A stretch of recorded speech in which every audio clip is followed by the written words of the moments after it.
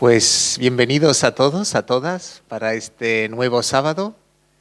Es una alegría encontrarnos aquí una semana más, empezando ya el mes de julio, ¿eh? Y aquí, cuando decimos julio y agosto, en todo caso aquí en Europa, porque en América no es lo mismo, ¿eh? Son vacaciones, vacaciones de verano, ¿eh? Donde la gente muchas veces aprovecha para irse. Yo le iba a preguntar a los niños si estaban contentos de poder estar de vacaciones, pero es que no hay casi ni uno, así que se lo han tomado de verdad, ¿eh? Se lo han tomado de verdad al pie de la letra casi. No hay muchos hoy, algunos no están, están viajando o ya han viajado, pero bueno, los que estamos aquí, pues sentiros como en casa para este nuevo sábado. Vacaciones, tocaso aquí en Europa, julio y agosto, de toda la vida, en España pues la playa. Últimamente se ha desarrollado más también vacaciones más culturales, la montaña también, que antiguamente era como un sacrilegio, te vas a la montaña, ¿cómo puede ser? Jolí? Ahora ya todas esas cosas se diversifican un poco y cada vacaciones son válidas. Vacaciones significa descanso también. Muy importante descanso. He buscado algunas cosas porque el año pasado en estas fechas me acuerdo que ya había hecho un programa sobre las vacaciones, sobre los países que tienen más u otras. Hoy no voy a repetir eso. Simplemente hablar del descanso y de unos estudios, sin antes abrir la Biblia ni nada de eso, sino simplemente de lo que la gente, la sociedad entiende por descanso. Ha habido un estudio, lo he visto por internet, de 18.000 personas en 135 países, realizado por varios psicólogos. El estudio se llama REST Test, que es la prueba del descanso, y le preguntaban a la gente, a esas 18.000 personas de todos esos países, pues si podía descansar ella o cómo ella entendía el descanso. Ha habido muchas respuestas, aquí no hay tiempo de comentar todas. Si después queréis el link del artículo que he leído, me lo preguntáis. Pero la conclusión, así un poco, una de las conclusiones era que no es tan fácil descansar. No es tan fácil descansar y desconectar, y además hacía hincapié mucho en el artículo que descansar no significa dormir. Porque uno piensa, pues me voy a descansar, pues me voy a dormir. No. Descansar no es eso. Descansar, según este estudio, sería que tú estás despierto todavía, pero estás en unas situaciones, que aquí después nos aconseja cuál es eso, en la cual pues estás reposado, estás meditando, estás haciendo esto, lo otro, pero no estás ocupado con algo. Y eso me ha parecido muy, muy interesante, eso de que descansar no significa obligatoriamente, y no hay que asociarlo directamente con dormir. Una de las psicólogas de ese estudio, que se llama Claudia Hammond, parece que le gustó pues, ese estudio, ella hasta escribió un libro después ella que se titula El arte del descanso y nos da 10 consejos de cómo descansar. Así que os lo voy a enumerar y me vais a decir si estáis de acuerdo o no. Yo cuando lo hacía ayer, y es verdad, me imaginaba en esas situaciones que ella propone, y es verdad que se descansa la mente, el cuerpo, cuando haces ciertas cosas que aquí vamos a mencionar. Primera cosa, para ella, esta psicóloga y autora nos dice que una de las maneras de descansar es leyendo. Te sientas en tu sofá, te tumbas o en un parque y te abres un libro y lo lees. Y es verdad, yo ayer me compré un TVO de un jugador de fútbol, que también sirve leer esas cosas. Y me puse a leer tu BD, así, bande dessinée aquí, y es verdad, estuve aquí tranquilo, una orilla en el sofá, y es verdad, me sentía tranqui. Entonces creo que en ese aspecto tiene razón.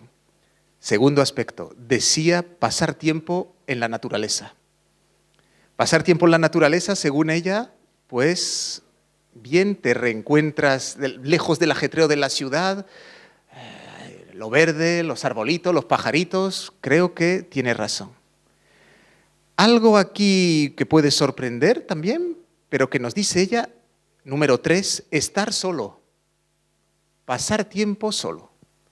Es verdad que somos seres sociales y por supuesto es importante y positivo todo eso, pero encontrarte contigo mismo, si quieres.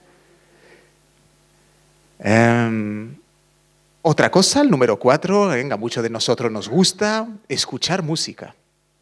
Escuchar música, te relajas, la música que a ti te gusta y por eso también en nuestra iglesia y en cada aquí reunión a veces la gente le gusta cantar, ¿no?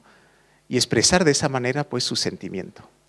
Cuidado el número 5 porque algunos se sienten mal con eso, no hacer nada.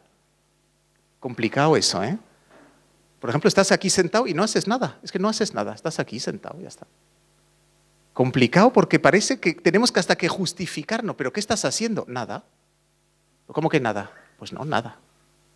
Difícil eso, es verdad, de ponerlo en práctica, pero según esta autora, necesario. Número 6, se ha desarrollado mucho todos estos últimos años, es caminar y hacer deporte. Caminar, la gente que no puede hacer deporte así por problemas así en las piernas o lo que sea, no puede correr mucho, pero caminar es una posibilidad para cada persona, muy importante también. Número 7, a algunos les gusta, a mí nunca me ha gustado mucho esto, no sé si a vosotros os gusta, un baño caliente. Te llenas la bañera hasta arriba, ¡pum! Y te quedas ahí. Hoy en día, pues, es verdad, muchos dirán, sí, pero no es muy ecológico el agua, todo eso, se gasta mucha agua. Es cierto también, pero el punto de vista relajación creo que es una realidad y por eso existe todos estos baños termales. En quien no ha ido aquí en Suiza una vez a Loesch-les-Bains, a todos esos sitios, ahí estás ahí tumbado así, positivo. Número 9, sorprendente, ver la tele. Ver la tele así con tu mando vas pasando y es verdad que llega al final del día y tú te tumbas en el sofá y estás ahí con el mando y es verdad que estás relajado, ¿eh? Quieras o no, eso te... Estás bien, ¿no? Estás ahí tranquilito para terminar el día. Número 10, algo que quizás podemos así hacer el vínculo después con nuestras creencias, meditar. Ella enfatiza todo eso, que hay varias formas de meditar. Tenemos, pues, por supuesto, la gente que tiene creencias religiosas, otros que practican ciertas actividades que te lleva a meditar. Nos acordamos todos del yoga, ya hemos oído esto muchas veces. Y creo que tiene razón en ese aspecto, poder pensar en ciertas cosas. Así que ya está todos estos consejos que nos daba esta autora para poder descansar. Si os interesa, después os mando el link. Y me parece que tiene razón en casi todo, podemos decirlo aquí, porque es verdad que si uno toma el tiempo de hacer estas cosillas, puede después relajarse sin necesidad de estar dormido. Y justamente, un último que me he saltado, nos decía que la importante de soñar despierto, de soñar dormido de verdad, ¿vale? Pero soñar despierto también enfatizaba en eso. Con esto de meditar, como acababa la chica esta en su estudio, hay algunos versículos que conocemos todo, pero que me gustaría recordar aquí en esto de la meditación para encontrar el descanso. Es en Mateo 11, 28, si no me equivoco. Todo ese versículo que conocemos que dice, venid a mí todos los que estáis cargados y cansados y yo os haré descansar. Es verdad, ¿eh? Qué complicado es a veces de dejar quizá todo nuestro ajetreo, todas las cosas que hacemos para poder, al fin y al cabo, depositar a los pies de Jesús pues todas estas inquietudes que podemos tener. Esta escuela sabática, os habéis dado cuenta, hemos empezado un nuevo trimestre y hemos hablado este sábado la lección del Salmo 23, tan conocido, y que le gusta a tanta gente. Empieza el Salmo 23, el Señor es mi pastor, nada me faltará. En verdes praderas, pone en mi versión aquí, me hará descansar. Y por supuesto, ¿cómo no hablar de descanso sin un versículo sobre el sábado, y sobre el hecho de que nos encontramos aquí cada semana? Deuteronomio 4, 9 y 10, que retoma un poco esta parte aquí, los 10 mandamientos, y el sábado, entonces en Deuteronomio 4, si no me equivoco, Deuteronomio 5, perdón, 12, 14. Me había equivocado de versículo. Y nos dice, observa el sábado para consagrarlo, como el Señor tu Dios te ha mandado. Durante 6 días trabajarás, harás toda tu obra, pero el 7º día de descanso consagrado al Señor, pues este será el día dedicado a tu Dios.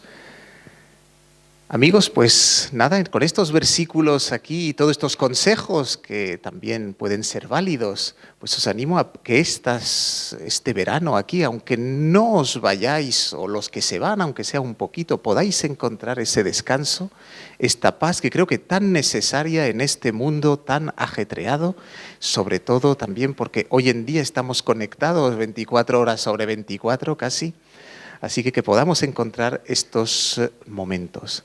Gracias. Vamos a hacer una oración y después vamos a cantar un par de himnos. Nos ponemos en pie, gracias.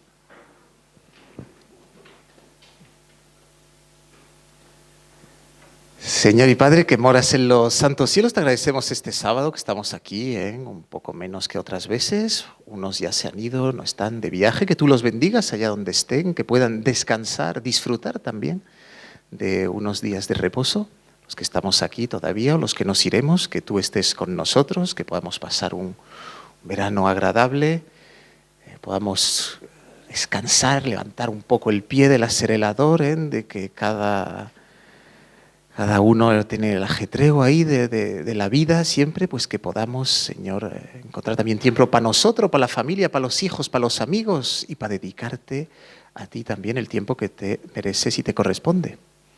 Dice este programa que pasemos un feliz sábado en el nombre de Jesús. Amén. Vamos a cantar un par de himnos.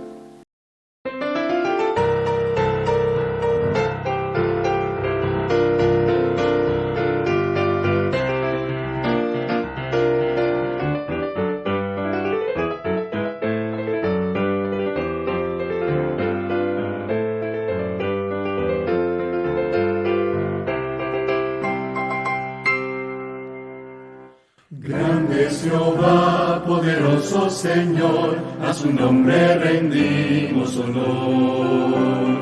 Grande es Jehová, el supremo hacedor, bondadoso nos da su amor.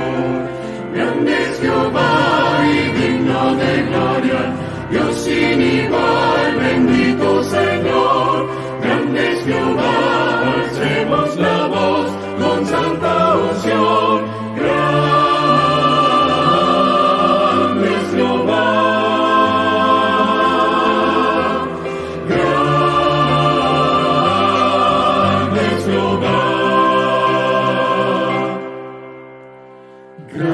Jehová, poderoso Señor, a su nombre rendimos honor. Grande es Jehová, el supremo hacedor, bondadoso nos da su amor. Grande eres tú y digno de gloria, te exaltaré, mi Dios y mi Rey. Grande eres tú, te alabaré con todo mi ser.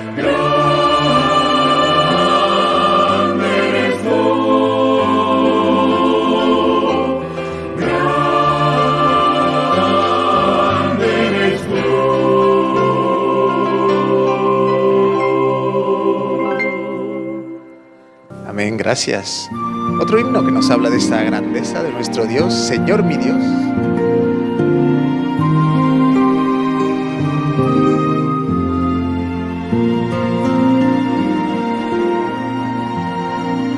Señor mi Dios, al contemplar los cielos y astros mil girando en derredor, y al oírte en retumbantes truenos y al contemplar el sol en su esplendor, te amo y proclamo por tu gran poder, cuán grande eres, oh Jehová.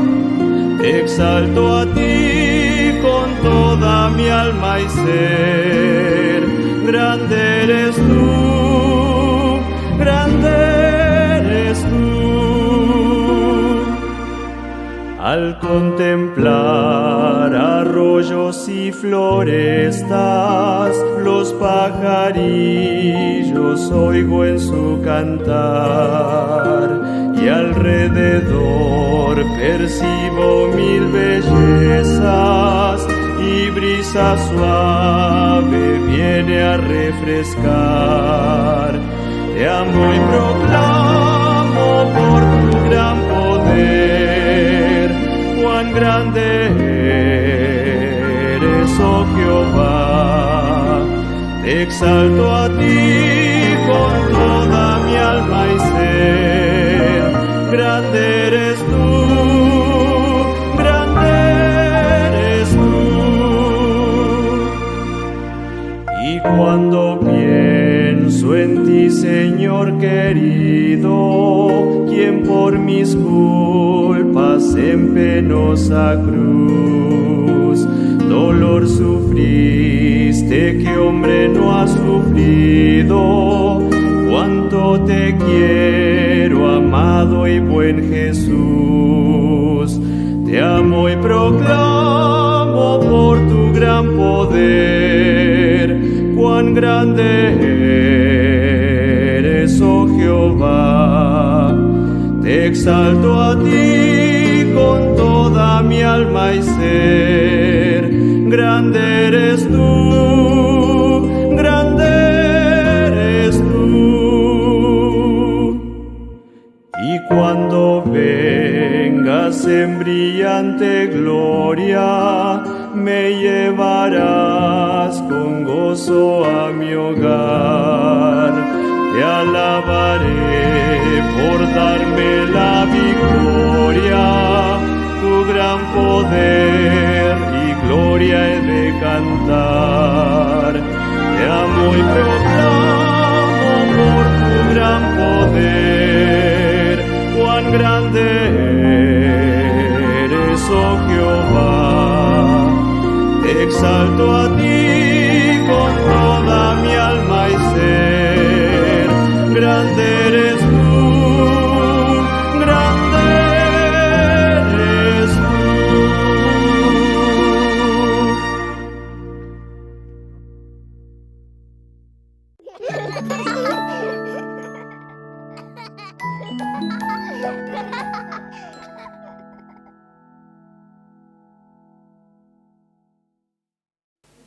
¿Cómo están, niños? Feliz sábado. ¿Están felices porque son las vacaciones, no? ¿Sí? Ya terminó el colegio. Ahora les toca viajar. ¿Ah? ¿Van de vacaciones? Algunos se quedan, algunos se van, pero bueno. Bueno, feliz sábado. Esta mañana tenemos una historia muy bonita que nos proponen. ¿Ustedes saben qué es un contrato? A ver, ¿qué es un contrato? Como un compromiso que haces con una persona. Perfecto, es eso. Un contrato es un compromiso que yo hago con alguien.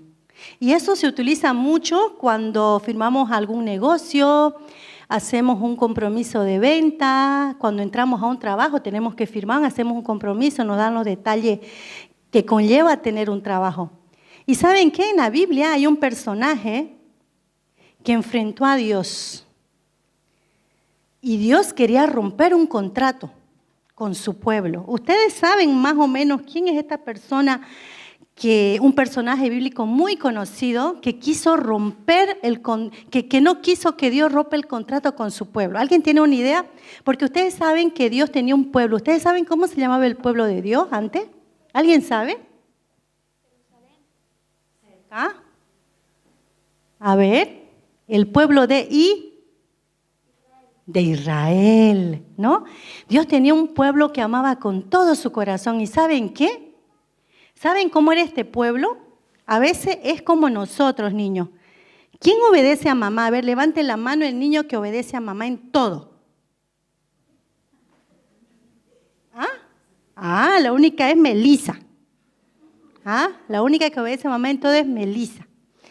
¿Saben qué? El pueblo de Dios era como nosotros muchas veces, niños. ¿Saben qué?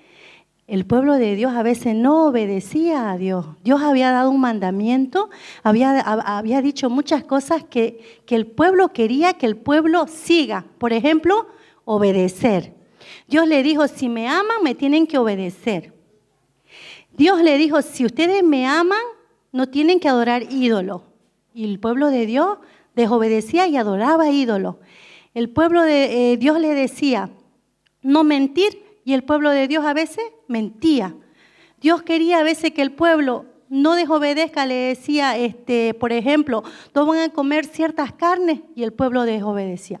Entonces el pueblo de Dios estaba constantemente desobedeciendo a Dios. ¿Ustedes alguna vez desobedecen a mamá? A ver, denme un ejemplo, ¿cómo desobedecen a mamá? Un día estaba lloviendo y mi mamá me mandó a comprar y yo no dije que no porque me iba a mojar. Pero era algo bueno, es verdad que una desobediencia. Muy bien, gracias, Micaela. Otra forma en que desobedecemos a nuestros papás. A ver, ¿tú tienes alguna vez desobedecido a mamá? A ver, dame un ejemplo, ¿cómo se puede desobedecer a mamá? ¿Siempre obedeces a mamá? Marquito, un ejemplo. Quizás nos dicen los papás, acomoden su dormitorio. ¿Ustedes lo acomodan al momento? Bravo, entonces ustedes son niños obedientes. Felicidades. Bueno, el pueblo de Dios no era así. Desobedecía a Dios. Entonces un día Dios se enojó. ¿Y saben qué dijo? Ya no quiero más nada saber de este pueblo de Israel. Los voy a destruir. Qué fuerte, qué miedo. Pero Dios se enojó y dijo de esa manera. Pero hubo un personaje en la Biblia que dijo, no, por favor, Dios, no los destruya si tú amas a este pueblo. ¿Ustedes saben quién era este personaje? ¿Más o menos una idea? ¿Cómo se llamaba este personaje que intercedió por el pueblo de Israel para que no lo destruya? Moisés. No se olviden nunca que Moisés una vez intercedió por el pueblo de Israel para que Dios no lo destruya. Le dice Dios, tú no puedes destruir al pueblo de Israel. ¿Por qué? Porque tú amas al pueblo de Israel. Y es lo mismo nuestros papás con nosotros. Mismo que nosotros desobedezcamos y no nos portemos bien, mamá y papá siempre nos van a amar. Siempre van a estar a nuestro lado para apoyarnos en todo lo que ellos puedan. Y lo mismo es Dios con nosotros. Dios nunca nos va a abandonar y nunca nos va a dejar solos. Ustedes jamás se sientan solos ni temerosos si alguna vez se equivocan o fallan, porque Dios siempre nos va a amar y nos va a perdonar. ¿De acuerdo? Esa es la historia de esta mañana, saber que Dios nos perdona y Dios nos ama para siempre, ¿ok? Les deseo un feliz sábado, queridos niños. Chau, chau y bellas vacaciones, ¿ok? A los que viajan. Chao.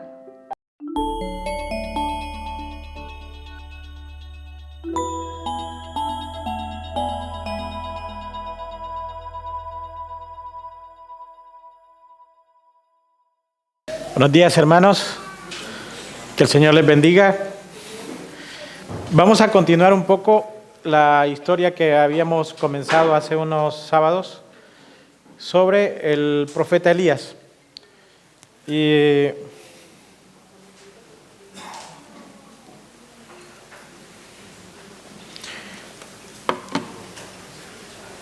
vamos a concentrarnos un poco. Vimos que la situación del pueblo de Israel había sido de caótica porque se había dividido el reino. La parte de los 10 tribus se habían separado, pero una sola tribu se quedó con la capital, con Jerusalén, con el templo.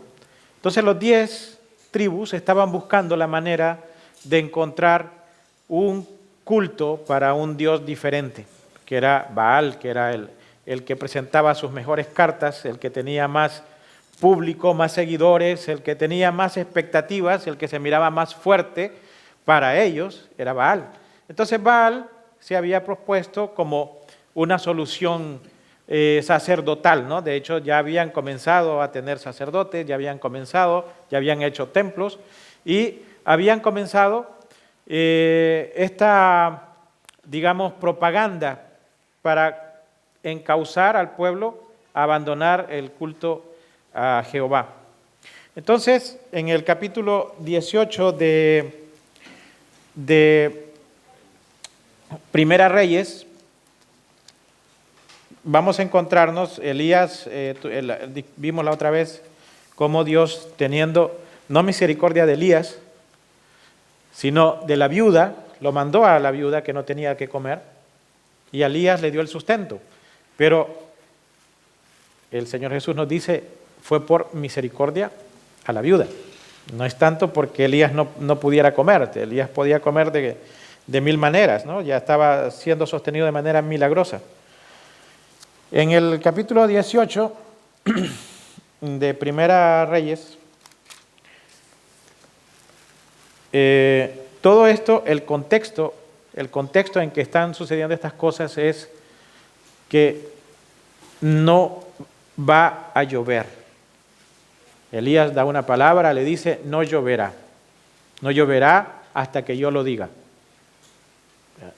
En este relato, en la historia que nos cuenta la Biblia sobre Elías, nos dice que muchas veces es Dios que habla a través de Elías y otras veces parece que fuera Elías el que lo dice, ¿no? Elías se apropia de lo que Dios le dice y lo pone como si fuera de él. O sea, Dios le dice, no va a llover, y él va y dice, yo digo que no va a llover. ¿Verdad? Es una convicción absoluta y una conexión absoluta que tiene con Dios.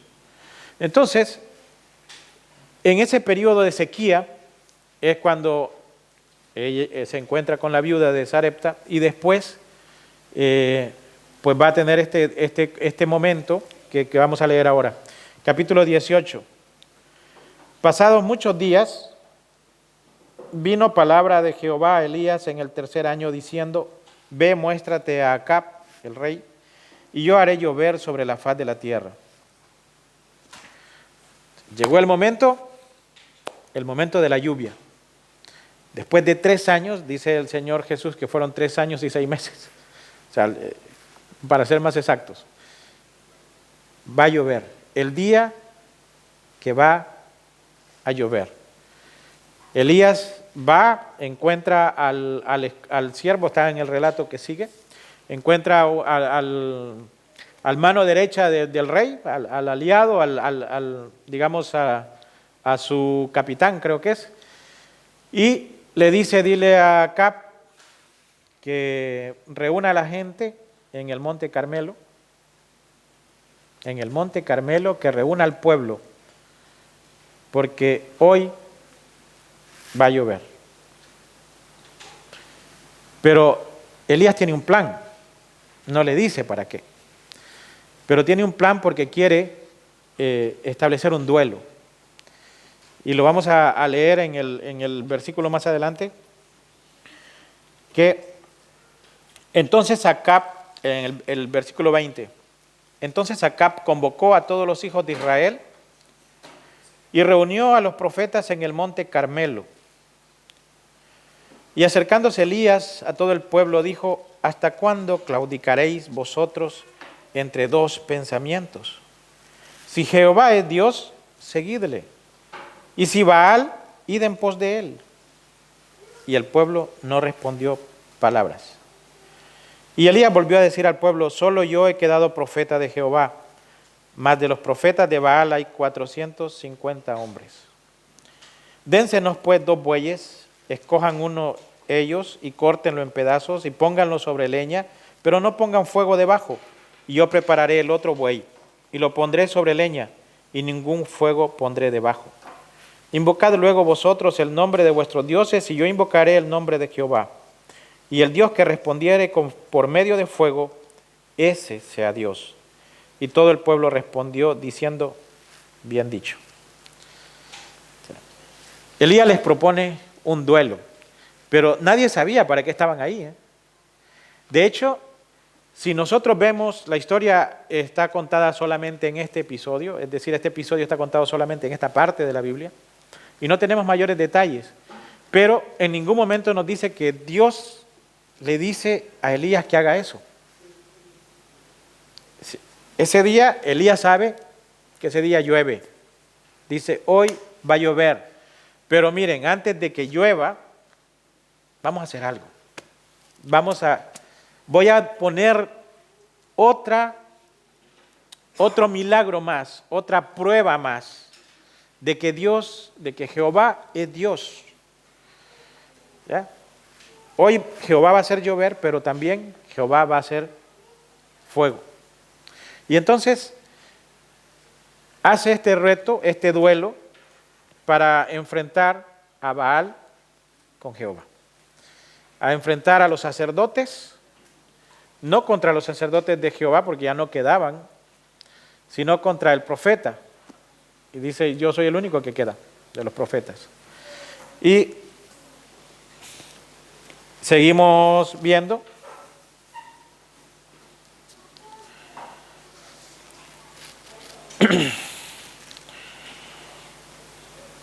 El 26, y ellos tomaron, los profetas de Baal, tomaron el buey que les fue dado y lo prepararon e invocaron el nombre de Baal desde la mañana hasta el mediodía, diciendo, Baal, respóndenos. Pero no había voz ni quien respondiese. Entre tanto, ellos andaban saltando cerca del altar que habían hecho. Y aconteció al mediodía que Elías se burlaba de ellos, diciendo, gritad en alta voz, porque Dios es, quizá está meditando, o tiene algún trabajo, o va de camino. Tal vez duerme y hay que despertarle. Y ellos clamaban a grandes voces y se sajaban con cuchillos y con lancetas conforme a su costumbre, hasta chorrear la sangre sobre ellos. Pasó el mediodía y ellos siguieron gritando frenéticamente hasta la hora de ofrecerse el sacrificio, pero no hubo ninguna voz, ni quien respondiese ni escuchase. Entonces dijo Elías a todo el pueblo, acercaos a mí. Y todo el pueblo se le acercó, y él arregló el altar de Jehová que estaba arruinado.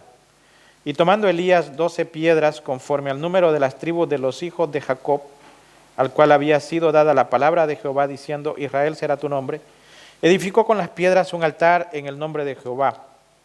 Después hizo una zanja alrededor del altar, en que cupieran 2 medidas de grano. Preparó luego leña, y cortó el buey en pedazos, y lo puso sobre la leña. Y dijo, llenad 4 cántaros de agua y derramádla sobre el holocausto y sobre la leña. Y dijo, hacedlo otra vez. Y otra vez lo hicieron. Dijo aún, hacedlo la tercera vez. Y lo hicieron la tercera vez. De manera que el agua corría alrededor del altar y también se había llenado de agua la zanja. Y cuando llegó la hora de ofrecerse el holocausto, se acercó el profeta Elías y dijo, Jehová Dios de Abraham, de Isaac y de Israel, sea hoy manifiesto que tú eres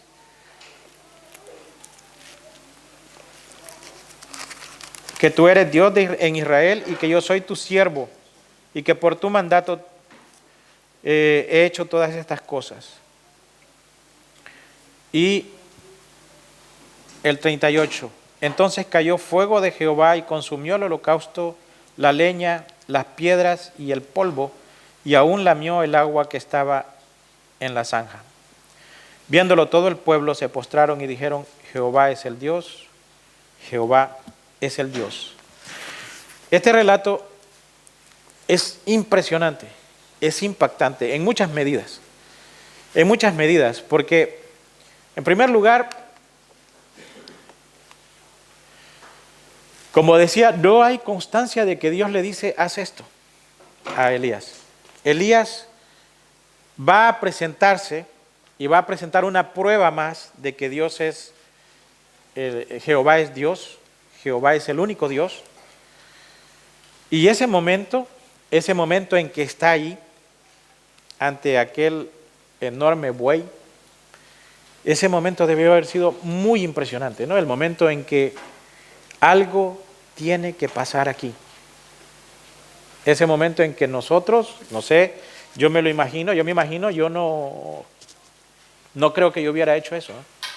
Es decir, provocar que esté toda la gente y decirle, vengan, miren, que voy a hacer un milagro, voy a hacer un prodigio, voy a hacer que llueva fuego desde el cielo. No yo, pero Dios a través de mí, para que Dios les demuestre a ustedes que yo soy el que estoy diciendo la verdad. Debió haber sido una acción muy temeraria, ¿no? Una acción muy difícil. La ley dice en Deuteronomio que aquel profeta que dice que algo va a suceder y no sucede, dice que muera, dice en la ley. Ese profeta no es de Dios y por lo tanto tiene que morir. O sea, Dios dice, las únicas cosas que dice un profeta mío es aquello que de verdad se va a cumplir. Entonces, Elías está poniendo a prueba su ministerio, está poniendo a prueba su vida. Es mi vida la que estoy poniendo aquí para decir, estamos en esto juntos con Dios. Es decir, el mensaje y yo somos el mismo. Dios manda una cosa a través de mí y yo puedo probar que de verdad escuché esto. ¿Se imaginan lo difícil? ¿Cómo escuchamos nosotros a Dios? Cuando Dios nos habla, ¿cómo lo escuchamos? Cuando estamos seguros que Dios nos dijo algo. Cuando decimos, esto nos lo dijo Dios. Y decimos, sí, estoy seguro, le puedo ir a decir a alguien más, Dios me ha dicho esto.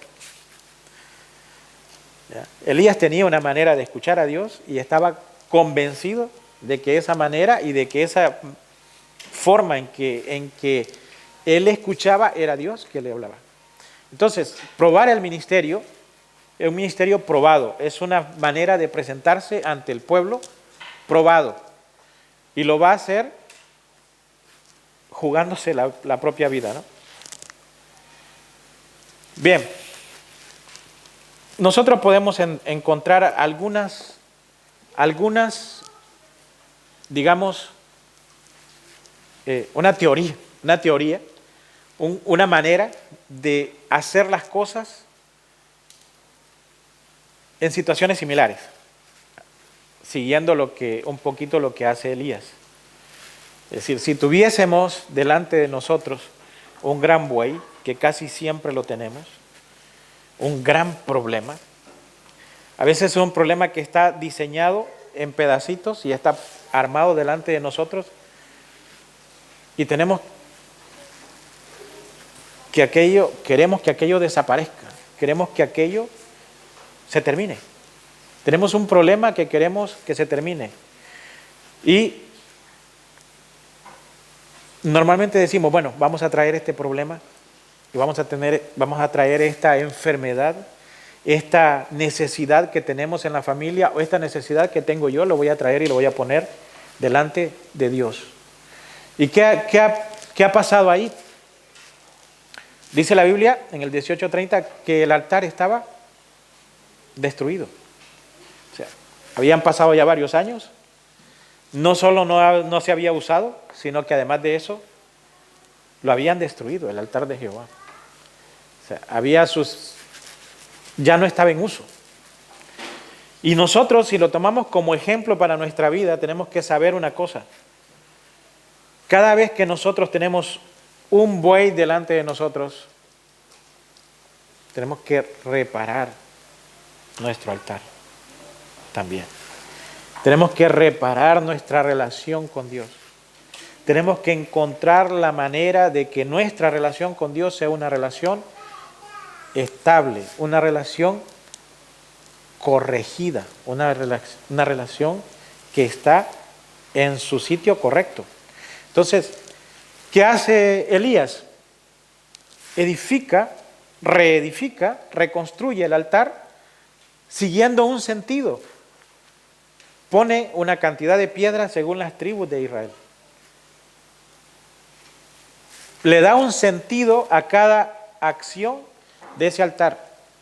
Y si nosotros tenemos que reedificar, reconstruir una relación con Dios, tenemos que también reconstruir una relación con Dios que tenga sentido para nuestra vida, que tenga un significado en nuestra vida, en lo que somos, en lo que queremos, en nuestra identidad como seres humanos.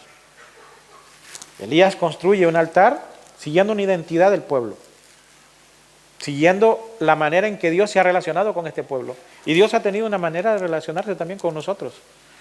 Y en esa manera nosotros tenemos que reconstruir esa relación con Dios, siguiendo la manera en que Dios nos ha hablado y la manera en que Dios nos ha tratado anteriormente. ¿Qué hace más? Prepara la ofrenda, prepara el altar, prepara el sacrificio. Nosotros también tenemos que prepararnos para entrar en la presencia de Dios cada día.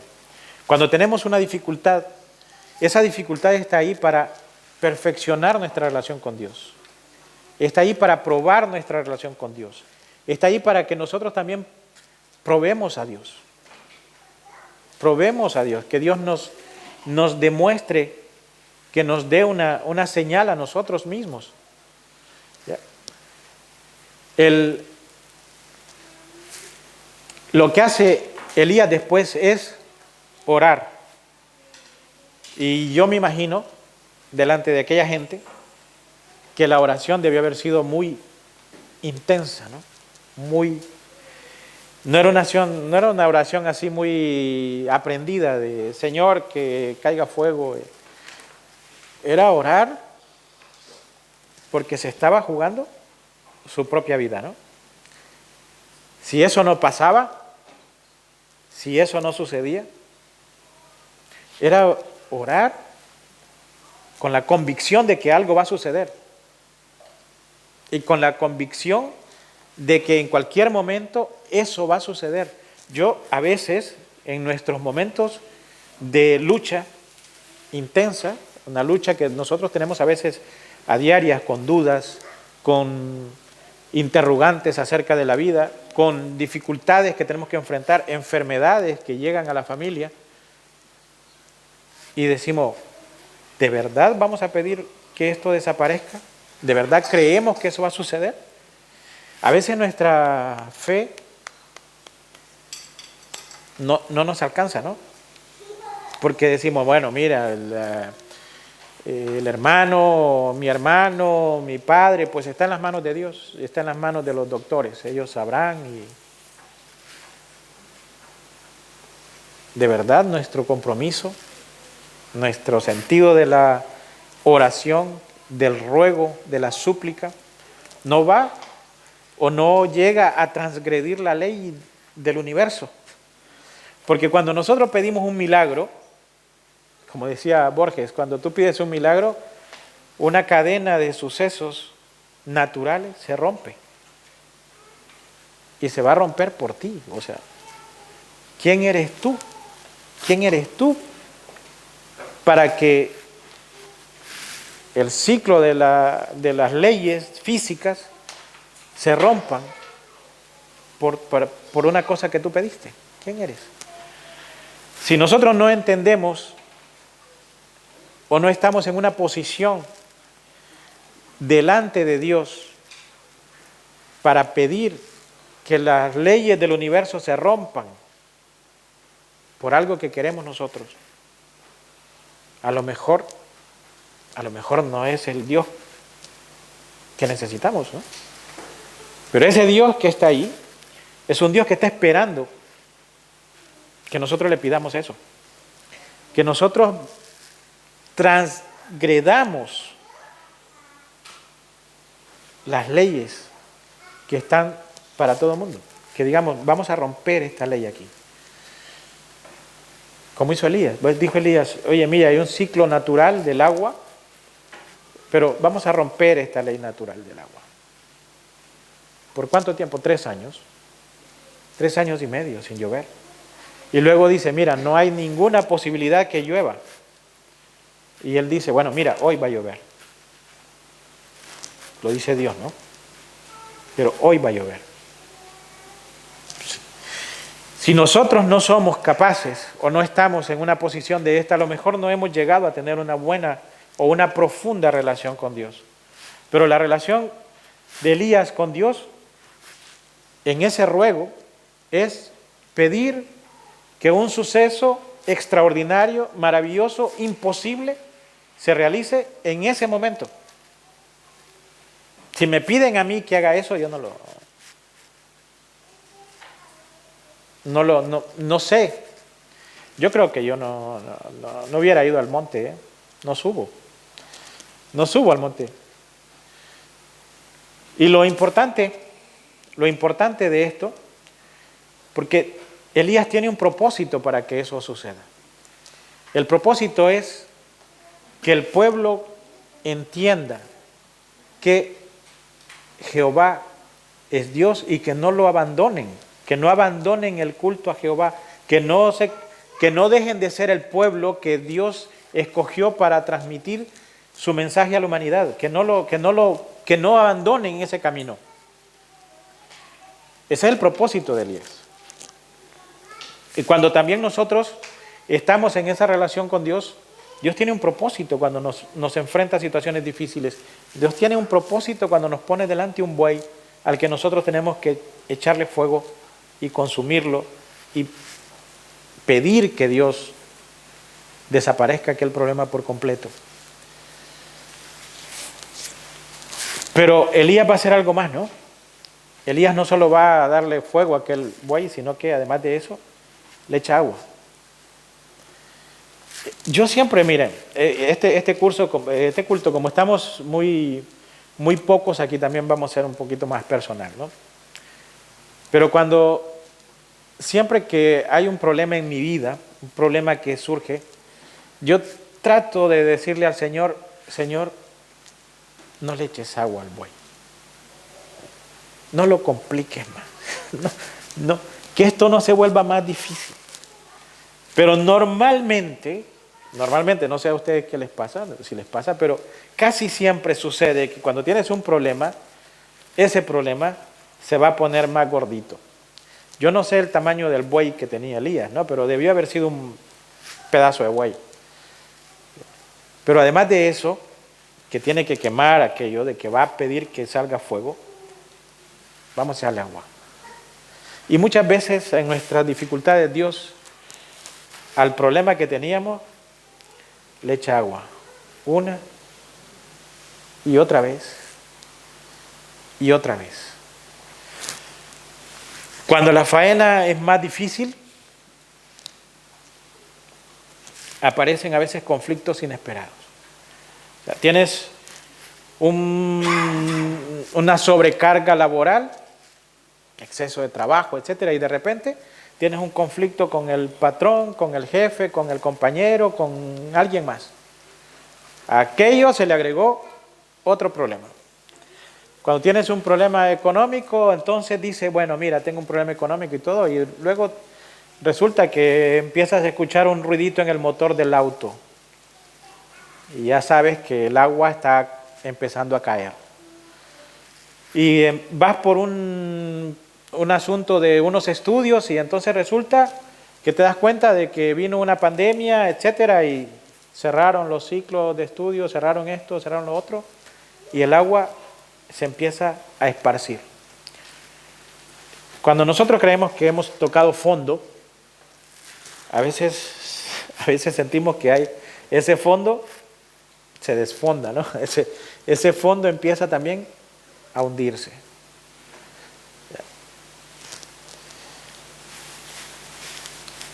Y voy a contar una anécdota para poner un ejemplo. Por ejemplo, cuando nosotros tuvimos siempre dificultades habíamos abandonado el proyecto de tener un hijo con Claudia, porque llevábamos ya 8 años de matrimonio y no venía. Unos hermanos empezaron a orar en la iglesia y dijeron, estamos orando para que ustedes tengan un hijo. Nosotros teníamos el plan de adoptar un niño, ya como un plan B. Pero de pronto el milagro se consume y Claudia salió embarazada. Bueno, una dicha total, absoluta, totalmente inesperado y totalmente milagroso. Vamos a la primera visita al ginecólogo y un ginecólogo que nos recomendaron y nos dijeron es lo mejor que hay y todo. Revisó y nos dijo, mire, ahí no hay nada. No hay nada. Esto es un saquito que se formó, pero está vacío. No hay vida ahí dentro. Entonces va a tener más bien unas hemorragias, va a expulsarlo, y si en una semana no se ha expulsado ese saquito, entonces tiene que venir su esposa y vamos a hacerle un legrado para sacarle eso, porque si no después es un problema. Esa noche, porque salimos del consultorio ya anoche, yo sigo regresando todavía esa noche. Es una noche oscura y llovía. Y yo sigo pasando todavía a veces esa noche de regreso a casa. Los dos con Claudia en el auto, completamente en silencio, ¿no? En silencio. Y el agua caía, ¿no? Y yo decía, bueno, después he pensado y decía, bueno, ¿cómo el Señor te manda el agua encima cuando ya tienes un problema o cuando ya crees que ha resuelto aquello? Llueve. Y al llegar a casa, Claudia dijo, mira, yo sé que mi niño está ahí y no va a venir un doctor a decirme que no. Y ahí está. O sea, porque yo estaba preocupado, yo decía, pero ¿y si te pasa algo después? Me decía, no va a pasar nada. Entonces cada vez que pasaba cualquier cosa que ella se levantaba, yo me iba detrás a ver, ¿tendrá alguna hemorragia o algo, Claudia? Y me quedaba viendo y me decía, tranquilo, que no pasa nada. Cuando nosotros estamos en una situación a veces de una ansiedad terrible, pasando por una situación, a veces hay cosas que nos causan ese malestar, ¿no? Falta de confort con la vida. Algo nos estorba ahí, algo no está bien. Y entonces de pronto nos empezamos a sentir peor. Y no tenemos ninguna posibilidad, no nos dan nadie ninguna posibilidad. Y cuando estas cosas suceden, a veces yo siempre me pregunto, qué difícil es encontrar respuestas cuando tenemos una adversidad así, cuando el agua empieza a caer.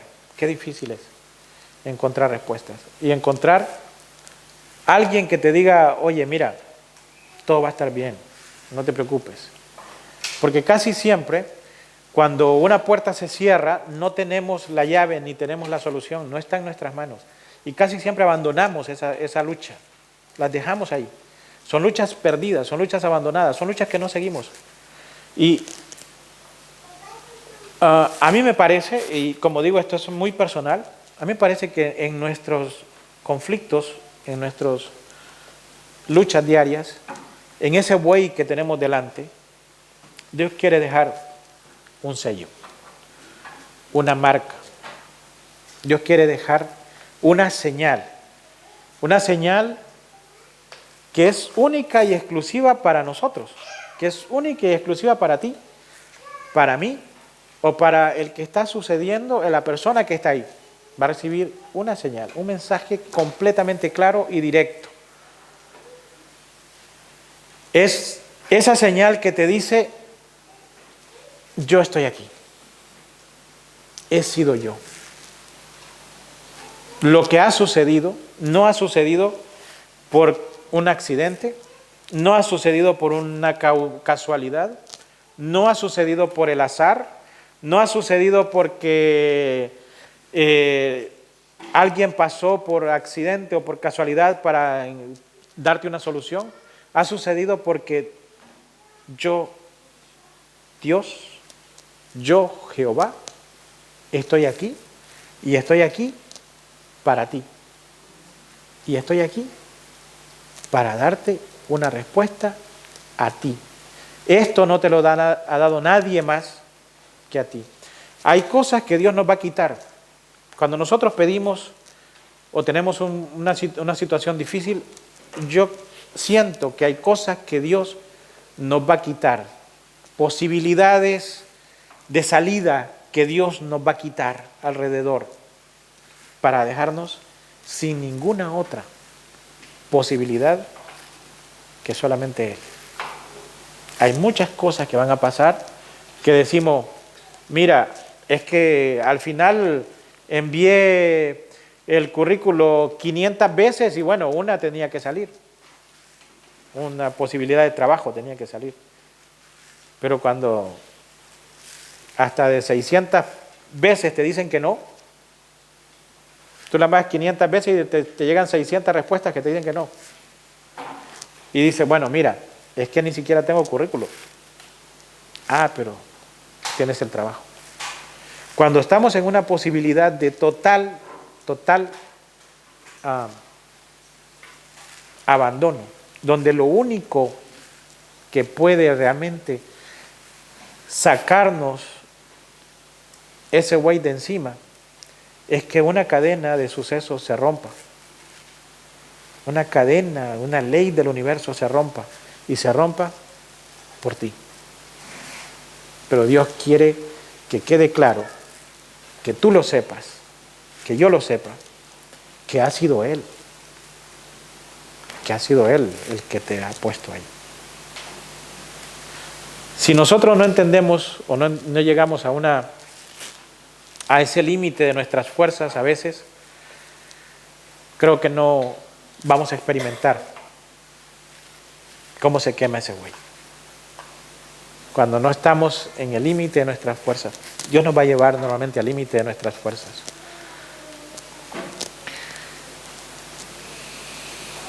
Al final,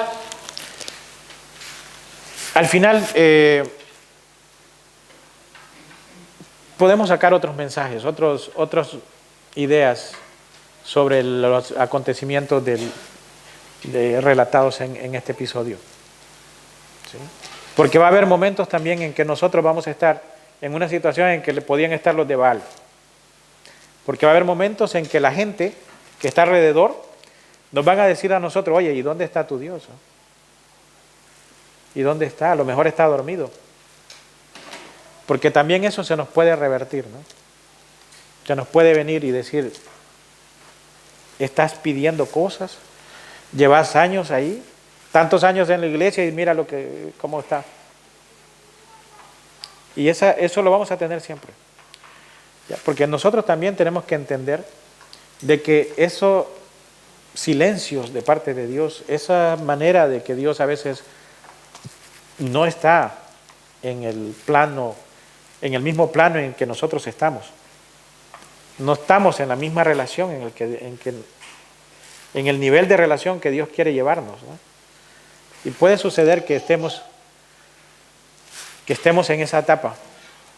O si nosotros estamos también en una etapa mucho más temporal y mucho más ajustada a nuestros tiempos, ¿no? Que es pensar de que probablemente esos milagros los hacía Dios en aquel tiempo, pero que ahora ya es diferente.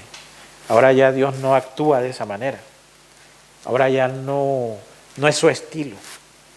No es el estilo de Dios quemar un buey ahí, que tú le lleves tus problemas y que los problemas desaparezcan, enfréntalos. A veces estamos en ese discurso también, ¿no? En nuestra fe no es que ese buey sigue ahí, no porque Dios no quiera quemarlo, sino porque nuestra fe ya no nos alcanza para pedir siquiera que eso desaparezca. Y a veces en esa relación que Dios ha establecido con los seres humanos, el que ha cambiado somos nosotros. El que se ha movido un poquito al lado, pues somos nosotros. El que nos hemos colocado un poquito al lado de los incrédulos, o los que no creen, o los que no tienen tantas fuerzas para creer que Dios puede hacer. Podemos creer que Dios hizo todo el universo en 7 días, pero no va a hacer fuego, no va a hacer llover fuego. Es un poco contradictorio, pero a veces nuestra mente funciona de esta manera. Y a lo mejor nosotros somos los que nos hemos colocado en el lado contrario, ¿no? Al lado del buey que no se quema. Es importante meditar en estas cosas y meditar en nuestra relación, en nuestra manera de resolver, de cómo nosotros enfrentamos los conflictos y cómo involucramos a Dios en estos conflictos. Probadme, dice el Señor, probadme. No tentadme, sino probadme. Elías lo hizo. Y nosotros también en algunos momentos de nuestra vida lo hemos hecho. El Señor ha hecho cosas en nuestra vida, lo sé. Y nosotros tenemos que recordar eso, darle sentido a eso y tratar de mantener ese momento vivo en nuestras vidas. Que el Señor les bendiga.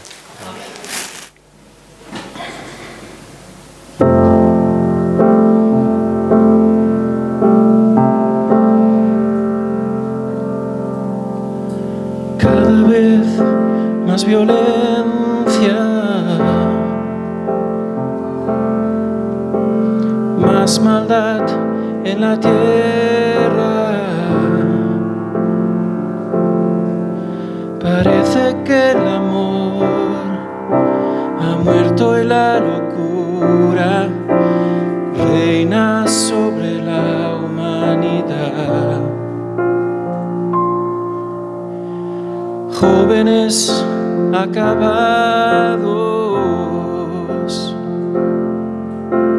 niños abandonados a precio de placer y decidiendo solo el interés.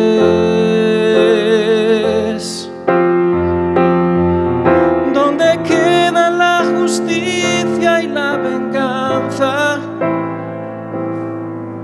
¿Dónde quedan el castigo y la razón? ¿Por qué callas tú, Señor, y nos olvidas? ¿Cómo puedes permitir tanto dolor? Dime dónde está aquel Dios, el Dios de Elías, que de vez en cuando se dejaba oír. ¿Cuánto tiempo tardará aún tu espíritu en venir?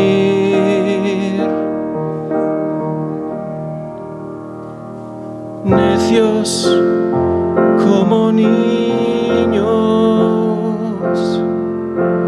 torpes cachorrillos, como nos gusta jugar y nos gusta preguntar aquello que hace tiempo sabemos ya. Dios aún sigue hablando, sigue aún contestando, y aquel que quiere oír aún puede percibir su voz de amor.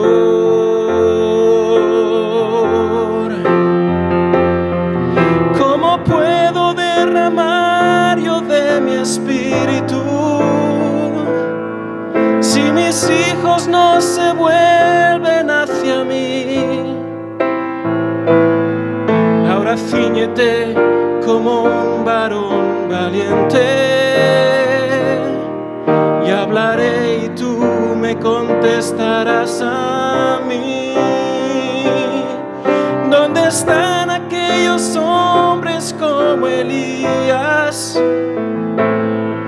que dejaron todo por seguirme a mí? Que rompieron compromisos con el mundo solo por agradarme a mí. ¿Dónde están aquellos tres que en Babilonia prefirieron ser quemados a ceder? ¿Dónde está aquel Daniel que me adoraba? ¿Dónde está la santidad de aquel José? ¿Dónde está ese niño que mató al gigante? ¿Dónde están los sucesores de Josué? ¿Dónde están esas mujeres entregadas como Esther?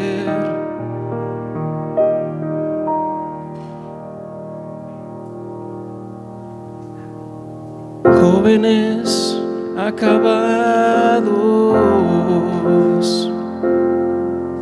niños abandonados, a precio de placer, y pagan inocentes los errores de otros en el ayer. Si mi pueblo se volviese y me buscase, renovando así su entrega y su fe, si me amasen como aman sus caminos, si olvidasen los rencores del ayer, yo abriría las ventanas de los cielos y la tierra hoy sería mi poder. Mientras tanto aún repito como antaño,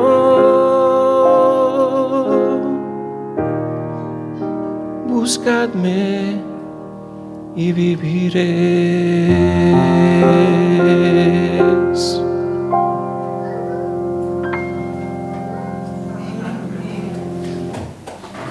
Gracias. Oremos. Nuestro Dios y Padre, nosotros a veces preguntamos ¿dónde está Dios? Pero sabemos que también tú preguntas ¿dónde estás tú? Padre, nosotros estamos aquí.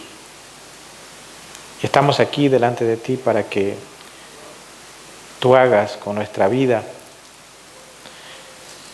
lo que te parezca, para que tú te manifiestes en nuestra vida como tú quieras, para que tú respondas a nuestras necesidades conforme a nuestra fe.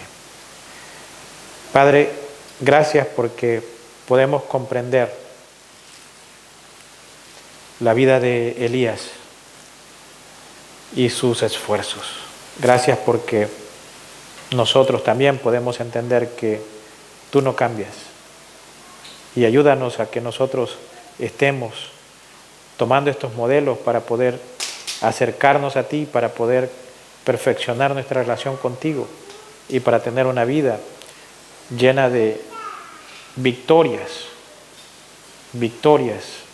que poder ofrecerte, bueyes consumidos ya por el fuego, por un fuego tuyo, Padre. Gracias, Padre, por estos momentos en que podemos compartir tu palabra, que podamos atesorarla también nosotros. En el nombre de Cristo Jesús. Amén. Bien, hemos llegado al final de nuestro culto. Muchas gracias. Gracias, Ever, Flor, Felipe, Eloy, por vuestra participación, y a todos vosotros por estar aquí reunidos. Los que nos siguen también, un saludo para todos vosotros.